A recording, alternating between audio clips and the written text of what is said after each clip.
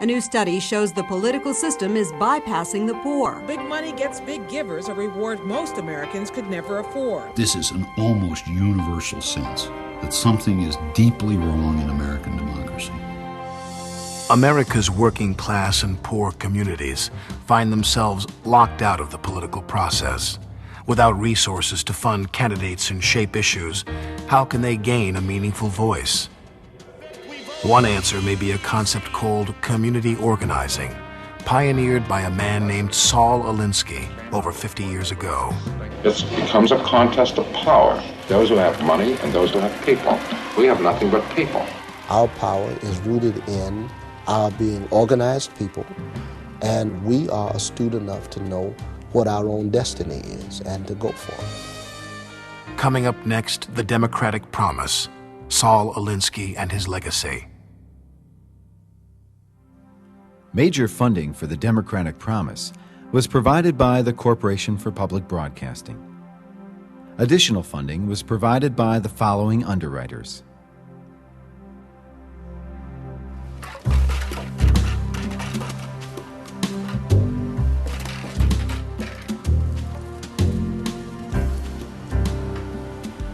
The mission is to remember those that didn't get homes when we get our homes, to continue in the struggle. That's where we came from. We came from the struggle. Power concedes nothing without demand, wrote Frederick Douglass, the famed abolitionist. This is the story of ordinary people making demands for the power to improve their communities and govern their lives. Are you ready for the resurrection of your community? Are you ready? It's what John Dewey called the democracy is a way of life. That's the way of life, participating in public action. This type of public action is rooted in the philosophy of Saul Alinsky, who championed new ways of organizing the poor and the powerless that created a backyard revolution in cities across America.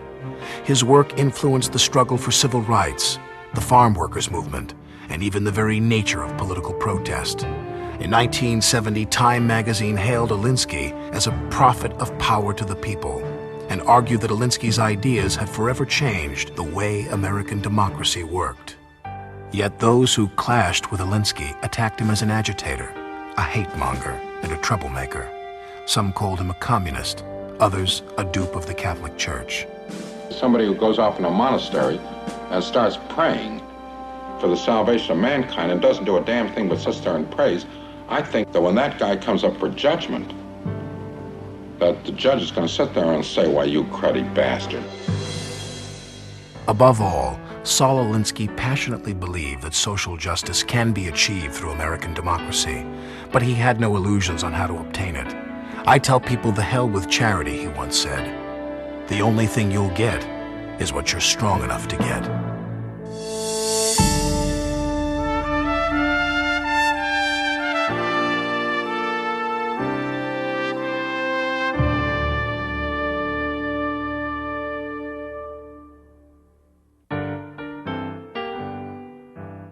Saul Alinsky's hard-nosed politics emerged from the rough-and-tumble world of Chicago in the late 1930s. The city was controlled by the Kelly Nash political machine and by Frank Nitti, heir to Al Capone's empire. While the nation was mired in the Great Depression, Alinsky completed a graduate degree in criminology at the University of Chicago. But his real education came from his work on the streets. He ingratiated himself with members of Al Capone's gang to study gang behavior from the inside. Through this work, Alinsky and his colleagues were among the first to view criminal behavior as a symptom of poverty and powerlessness. Saul was a very unusual young man, and he winds up involved with a lot of youth committees. He actually works down in Joliet Prison, and he eventually is working for Clifford Shaw at the Institute for Juvenile Research. And Shaw's the one who assigns him to this neighborhood. This neighborhood was the back of the yards, an immense slum sitting in the shadow of Chicago's giant Union Stockyards complex, the setting of Upton Sinclair's landmark novel, The Jungle. Shaw assigned Alinsky to work the streets to learn the causes of juvenile delinquency. This was one of the great industrial working class neighborhoods of the world. You had one of the largest factory complexes that humanity had ever created. The people working there were poor. You had this being the site of a very dynamic union drive. So if you were someone who wanted to deal with social problems, that's a very exciting place to go down to.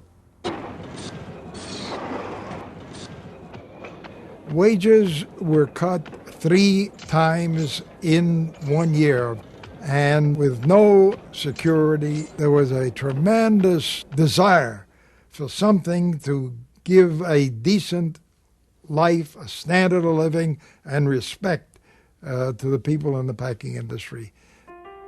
Saul came around, and he told me that what he was interested in is seeing whether an organization could be formed of all sectors of the community, so that the community should, by its own action, as a practice of democracy, work out their own destiny.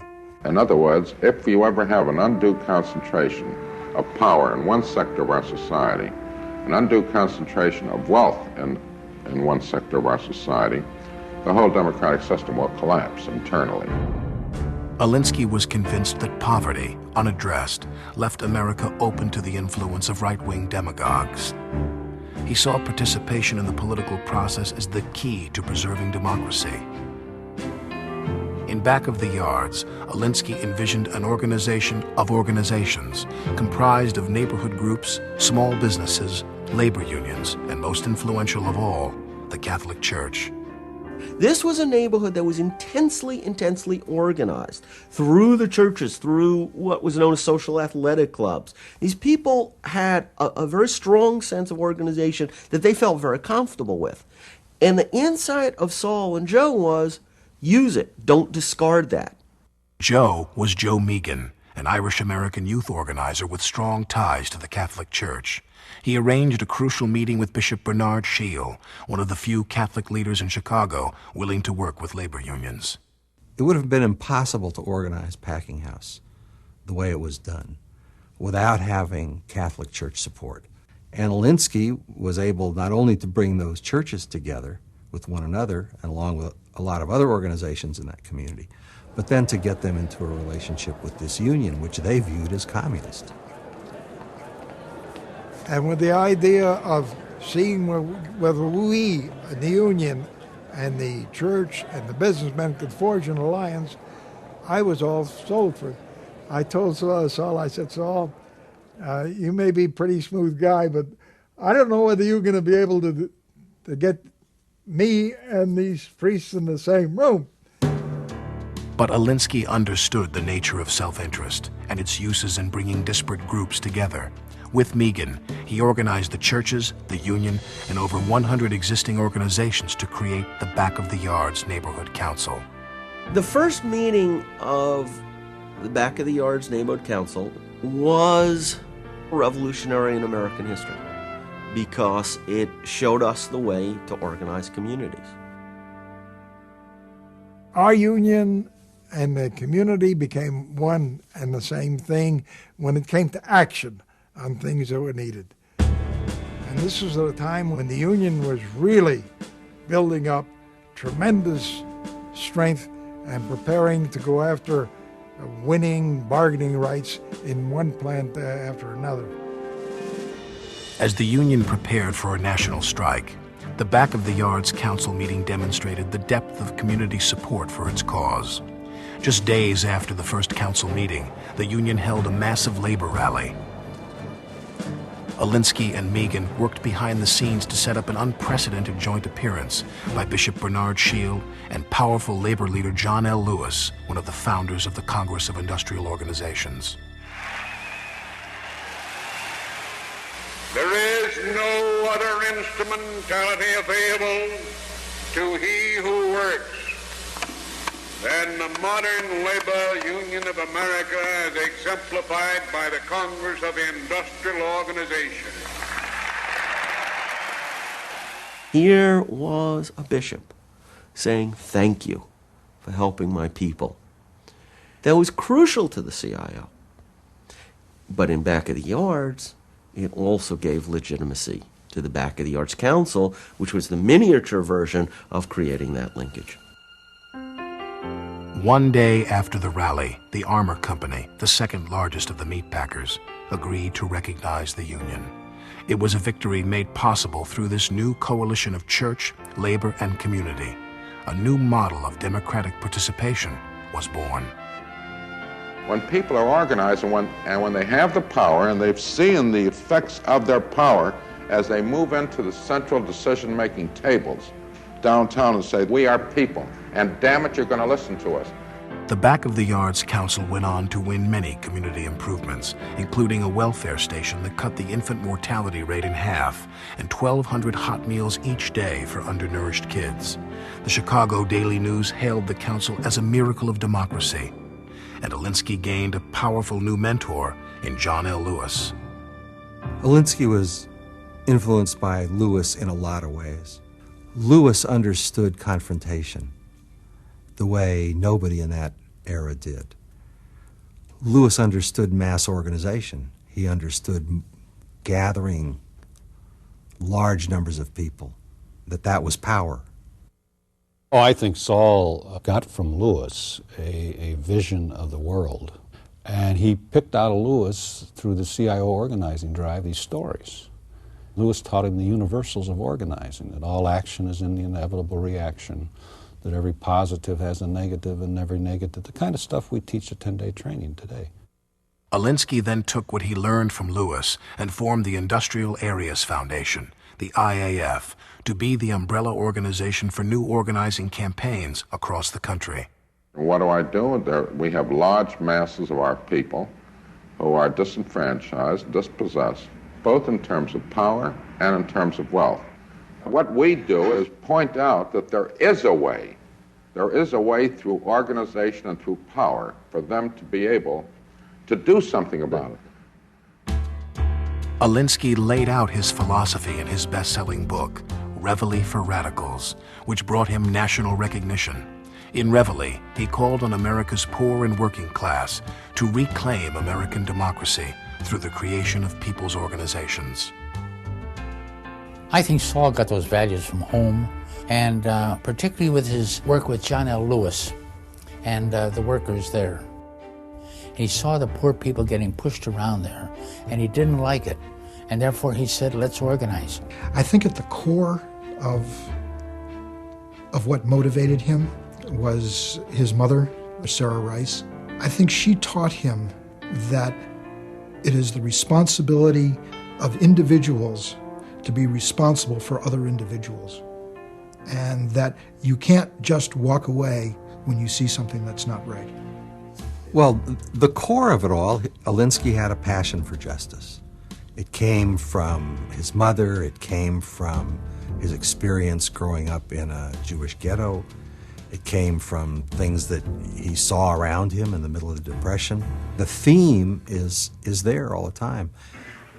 First rule of change is controversy. You can't get away from it for the simple reason all issues are controversial.